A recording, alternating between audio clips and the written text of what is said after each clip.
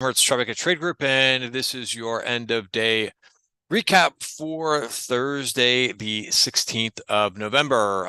Clearly, you could see that there's a lot of red on the screen there in terms of areas that went down for the day and that sold off from the opening. I always have this sorted, by the way, by percentage change from the open.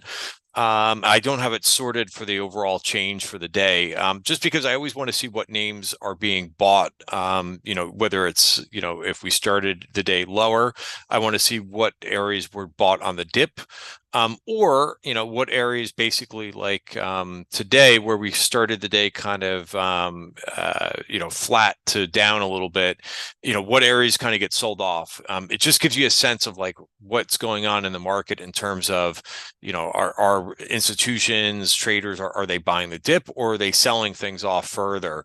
So it gives you a sense of strength and weakness. And yeah, you could see that, first of all, there's a lot of areas that are, if they're in light red, that means down over 1%. If they're in dark red, that means over 2%. So we'll go through some of that.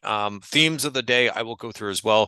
First things first, risk disclaimer in front of you. Everything that we're going through is for information purposes only, not giving out any advice or recommendations. Also, I wanted to talk about a couple like just announcements, just because there was a couple things that I see on Twitter about like when you post a chart, and then of course there's always some jerk on Twitter who will basically say, oh my God, that this setup that you put on is wrong or whatever. So first of all, like I typically, and I think many people do, I kind of post charts of interest, right?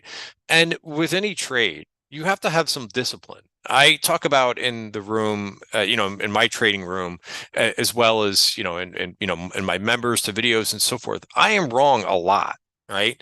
But the object of trading is, it's not like you don't win at being right versus wrong. You win at how you're managing your trades, right? So again, it's not about that, being right or wrong. It's about making money. So, the main thing is that I've learned in trading over years, and this takes maturity and it takes confidence, is just to not stay wrong and to realize that you're going to be wrong a lot. Right? One of the examples I always give is Jim Simmons, right, of Renaissance. I believe, he's one of the most profitable traders out there, right? So you must think, oh my God, like all of his picks, right? They must be right. He must have a 90% winning ratio if he's one of the most profitable traders out there, right? No, his winning percentage, and I'm just kind of I don't have the raw data in front of me, but I believe it's just over 50%. It's like 52 or 53% of the time he's right, and the other, so he's wrong 47 or 48% of the time. And again, if I have the percentages off a little bit, but regardless, you could say 55 right and 45. He's still wrong 45% of the time. So how does he one of the best traders out there?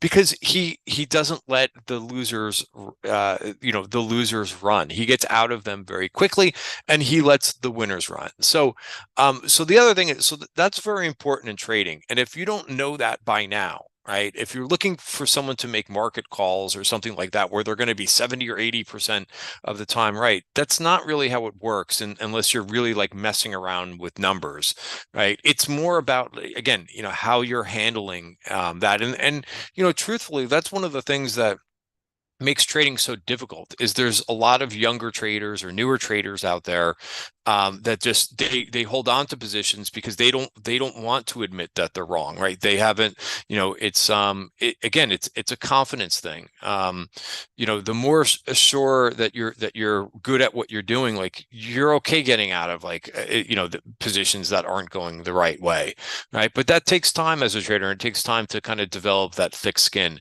So that's the one thing too. Another thing too, again, and then I'll get to all the market movers. But number two, like I would personally, I would never take someone's pick from Twitter. Right? You have no idea what they're thinking, what their time frame is. And I see people do that all the time. I think they're either, like, no offense, but they're cheap. They don't want to pay for a service, or they've been wronged by, paying for, a service that puts out charts and so forth. That's fine. There's a lot of bad services out there. And what I would do, like, if you're a trader who's on Twitter and you're looking for trade ideas, or you're looking to learn, right? Try different services. A lot of services you don't, you can get involved in a trial.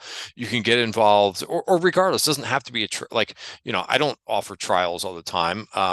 But try a month. You'll get an idea from spending time in somebody's system, in a month, right? Even if you get into, like, I've had this happen to me before, where somebody comes in to my trading room, just like, for example, they may have come into my trading room in September, right, or in October, and they're like, geez, I just wasn't getting, my P&L wasn't going up. It's like, well, it really depends on the market, right? The best thing somebody could tell you is not to be active when the market is not giving you good opportunities, right? People, sometimes you could say that to somebody who's new at trading, and their head, they're like, what? They're like, I look to make money every day in the market. It doesn't work that way, right? So the best thing, like, for example, like, if in any particular month, if the market goes down 5%, right, and you're mainly trading on the long side, right? If someone comes out of that and is only down 1 or 2%, right, that's, or flat, even better, right? Or possibly even up 1%, like, that's awesome. But it's not going to happen all the time. So again, so the reason why I'm going through this is just because I see this all the time on Twitter, where, people are looking for results, right? And I get it. We're in more of a time these days where people are looking for immediate gratification, right? And that's also what makes trading very difficult. The market doesn't care about your immediate gratification, right? You have to be patient, and you've got to wait for setup. So it's a good day to kind of talk about that, because, we're in a little bit of a digestion zone, right? And, it's kind of funny the way that this market goes, right? It does move. I think it moves faster than it used to be, right? Because we have much more information at our fingertips these days. So I think it used to be, and people, I don't use the CNN Fear and Greed Index, but I know what it is and I know how it works. But, it can go from one end of the spectrum to the other. But I really think, like, in the matter of a couple days or a week, right, you could go from, like, extreme fear to all of a sudden, like, sentiment is bullish again. I think it just moves that quickly. And now, of course, there's other models that say differently, depending on, how short or how long some funds are and so forth. But I just think that it happens much faster, right? That, because, and by the way, like, look at this. This was brought to my attention, but look at if you look at the equity put call ratio, right? Which, again, like, is not my favorite, indicator to look at, but it does provide some value, right? And, look at the equity put call ratio, right? From where we were, like, just back in here, but it made it made a multi-month low. So yeah, everybody's, and this doesn't tell you if somebody's buying calls or selling calls, and the same thing with the puts. But on average, right, it can kind of tell you when people are a little bit too bulled up, or too bearish too. So yeah, people change very quickly, and evidenced by what you're seeing there by the equity put call ratio. So that said, let me get into some of the characteristics of today. Yes, poor market breadth. You could see that on the bottom left of my screen. We have an indicator that looks at advancers versus decliners, but also associates volume, right? So up versus down volume, right? And that really kind of gives a sense of if there's selling pressure or some buying pressure. But and that goes right into the next line down here. Small caps underperform. So it's kind of interesting, and I'll start with the small caps, right? I hear so many people trying to make a call on the market on the small caps. I don't know why. I think why people like to make calls on the small caps is because people like to make calls on difficult things, right? Because this chart this is not, I don't think this is a major, like, conclusion here. This is a very difficult looking chart, right? And it's sideways as hell. right? And could it may have bottomed here for the year, and maybe it's going to do something greater. I'm open to that possibility, but for now, it's very sideways. It's been sideways all year long. How do I know that? Because it's been inside its value area for the whole year, right? This value area on the weekly chart is based on all of the volume and the price activity from last year, right? And it gives a range of about one standard deviation based on that, based on all that activity from last year, and it has been inside its value area. So many people try to make a market call about what the small caps are doing. Just wait. If you're smart, you'll just wait until it breaks one way or another. But I get it. If somebody sticks, says, and it's a game with some of these strategists. Like if they say, "Oh my God, it's a great time to go long small caps," right? They could revisit that call that they made 6 months down the line, and they could say, "Hey, we were bullish small caps 6 months ago," right? And then they get some, award, or somebody brings them on a show and says, "Great call on going long, going bullish the small caps." For me, like I'm not interested in making that type of a call. I'm interested in making money, right? And what I could tell you right now is the small caps are really sideways. They're also there's too many stops and starts. Right. So what do I do? And by the way, like we got rejected. I think if I use the right time for we got rejected right at the 200-day moving average. There's also a virgin point of control here too. If you see on your screen, I'm just going back on Thinkorswim. Sometimes it's a little funky, and that's why we're going to be using a new system soon. But yeah, it got rejected right there. So what small caps are really good for is for day trading, because they can really move and they have bigger ranges right now, right? And if you're really neutral, right, meaning you could trade, both sides of the market, if you could trade to the short side, to the long side, that's what the small caps are really good for, right? Because they do move on a day-to-day basis, and then there's not a lot of follow through. So I'll move away from that. But when you do have a day where the small caps are down a lot, that also dictates, you'll often see the breadth is going to go that way too, which was bad for today. What did particularly well today? A lot of the bigger names today. So I have this, I have a spreadsheet here for I call them the Great Eight. People like to call them the Magnificent Seven. Regardless, I do pay attention to what they're doing because they're very liquid names. I know I make jokes on Twitter all the time because there are many other names that are acting well, but these are liquid names. And if you look at the difference, right? There was out of these seven names, 5 of them were up today. Tesla by the way, seems to move with what the small caps are doing. And again, it seems to move out of the consensus of the other group. I don't know if anybody else has noticed that too, but it's something when all the other names are, or when the majority of the other names are up, of the Great Eight that I have listed. But I include Netflix, by the way, because I don't know why people don't, but regardless, it doesn't matter. But when the majority of those names are green, it seems like Tesla is red. When the majority of the names are red, Tesla's usually up. It just seems like that's been the pattern lately, and I don't have a great reason for it, but it's better just to understand a pattern, rather than the reasoning behind it sometimes, right? Again, as long as you can understand and make money off of that. But again, look at the difference, right? Apple up almost 1%, Google 1.7, Microsoft has been an absolute machine, up over 1.8%. Netflix has been doing really well, quietly, because it doesn't get as much attention as the others. And Nvidia was up 1.2%. Now, again, look at the overall market and sectors, right? So, again, once again, those numbers are kind of skewing things a bit. These names are skewing things again because they're just so large, right? It's just the way it works, right? So let me go through a few names, and I talked about the small caps, but S&P, I think is just kind of it's taken a little bit of a breather, and I think that's pretty normal after the couple of weeks that we've had. In November so far, right? It's maybe letting the moving averages catch up a bit, right? Look at how far the 5-day moving average is still after a couple of days of consolidation. So again, that usually, for the overall markets, I think that's quite normal. We'll see what we do out of this consolidation. We're also, for this week, right? We're also just way above the value area for the week, but notice that we're trying to like hold in here and turn and go higher.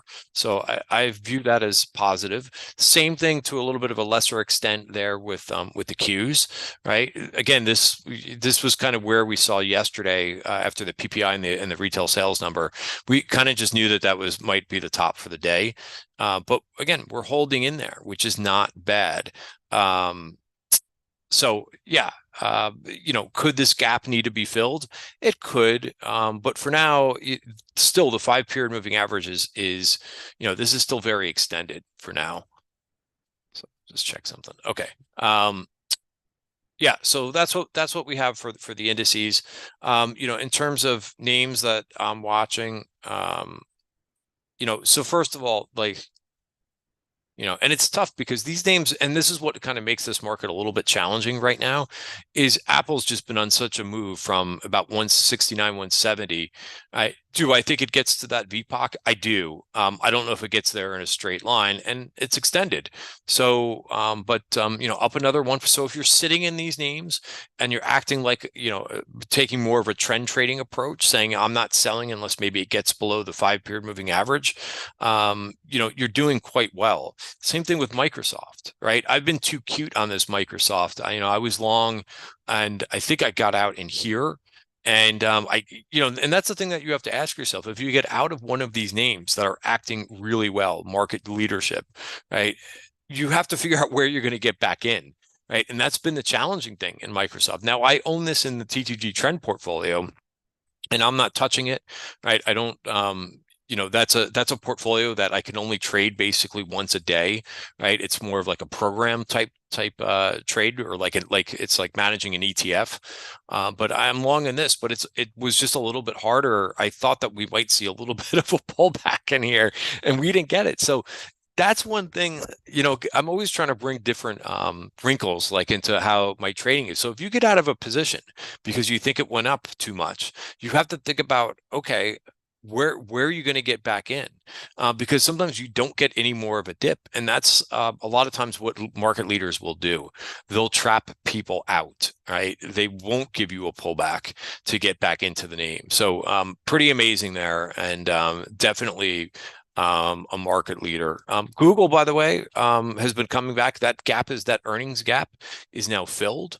That was up 1.7% today, so very strong there. So again, these names just continue to show strength. NVIDIA too, like, NVIDIA might continue to push, it had a little bit of a reversal day, but notice it's still holding the 5-period moving average. So really that's why I use the moving averages extensively, especially when we're above value like this for the month, right? It kind of tells me if I think the stronger a name is, the more it's going to hold that 5-period moving average. If it starts to break below here after a big run, I usually exit my position. And I've been doing that over the last couple of days. I did that in Dell yesterday, and Dell actually did okay today. It was down today, but it closed below its 5-day moving average. I was in this for this swing up, but I'm not as excited about this name, so I don't need to get back involved in Dell. But just to kind of give you an example, I did the same thing with Palantir intraday, right? I had a nice winner in Palantir. I got involved in that name last week, and I did take this thing off today. Intraday, it was breaking, and I didn't think it was going to recover, but it did, and it stayed above the 5-period moving average. A few other names that I'm watching, DraftKings, which I actually added back. So again, going back to my example with Microsoft. DraftKings, I sold my position yesterday on that reversal, but once I saw it have a little bit of strength, I kind of smartened up and said, hey, I'm going to get back into this, right? I'm not going to let it rally without me, because it did hold on to this 5-period moving average. And again, if it breaks this 5-period moving average, I'll probably exit it, right? So again, that's what's, going back to the beginning of this video, that's what's so important, is knowing a little bit before you get into the trade, how you're going to handle it, right? There's too many people who get panicky in the middle of a trade. Half the time they're panicky, or they're nervous about a trade, is because they didn't think about it before they clicked the mouse, right? And if you do that, then you have much more of a calm, because you understand what you're going to do with the trade, like where your stop price is, right? Where your exit points are, right? That has to be established before you enter the trade, or you're going to be uptight a lot of times, right?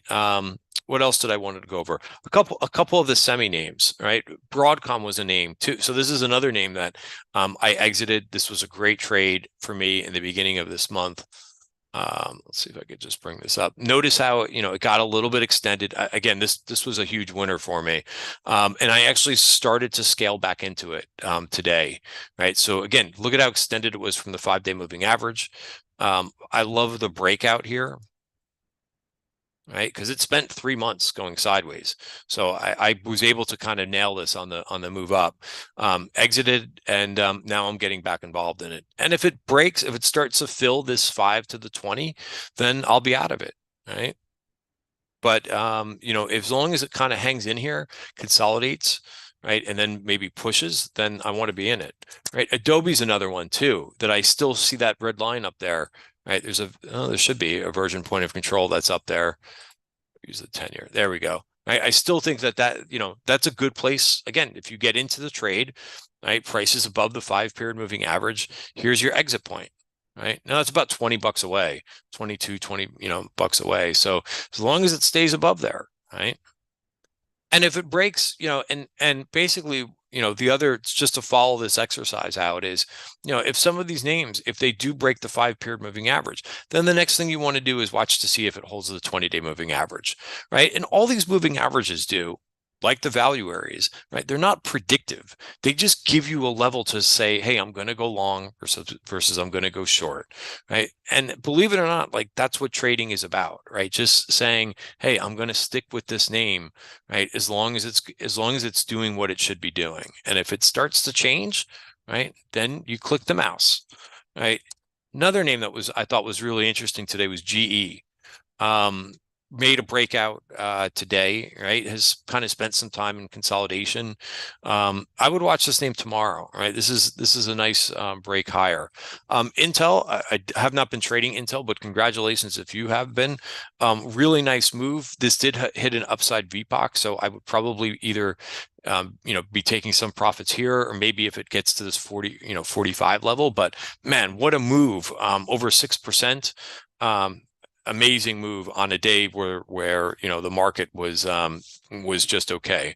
All right, so I think I could go through some more names, but I'll kind of just leave it here for the time being. I thought the bonds going up were pretty good.